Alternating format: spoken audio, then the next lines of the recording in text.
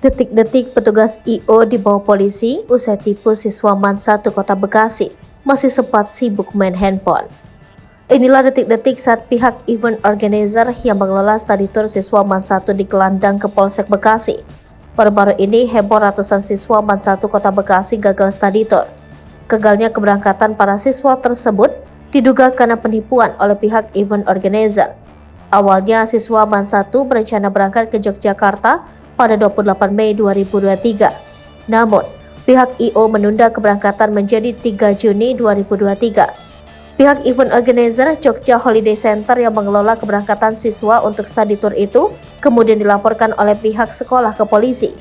Kini pihak I.O. digelandang ke Polsek Bekasi Utara saat mereka tidak bisa memberi kepastian kepada ratusan siswa MAN 1 Bekasi untuk melakukan study tour. Video yang memperlihatkan detik-detik saat pihak I.O. diamankan tersebut diunggah oleh akun Instagram terang_media. Terlihat dalam video tersebut, wanita yang mengenakan hijab hitam masih sibuk memainkan handphonenya saat berada di mobil polisi. Sebelumnya, ratusan siswa Madrasah Aliyah Negeri 1 Kota Bekasi langsung menangis ketika mereka mengetahui gagal berangkat study tour perpisahan sekolah ke Yogyakarta.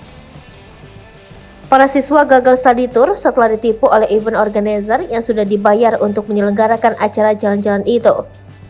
SM menuturkan, para orang tua sangat khawatir dengan kondisi psikologis anak-anak mereka. Pasalnya selama ini mereka sudah antusias dengan rencana jalan-jalan itu. Terlebih lagi selama 2 tahun pandemi COVID-19 mereka tidak bisa berpergian. Ada yang ingin anak-anak tetap berangkat namun dengan I.O. yang berbeda. Ada pula yang ingin uang dikembalikan. Diketahui sebanyak 288 pelajar Madrasah Aliyah Negeri 1 Kota Bekasi telah membayar 1,9 juta rupiah per orang untuk mengikuti acara study tour perpisahan. Pada 3 Juni 2023, pihak I.O. kembali ingkar janji. Ratusan siswa tidak diberangkatkan sesuai kesepakatan.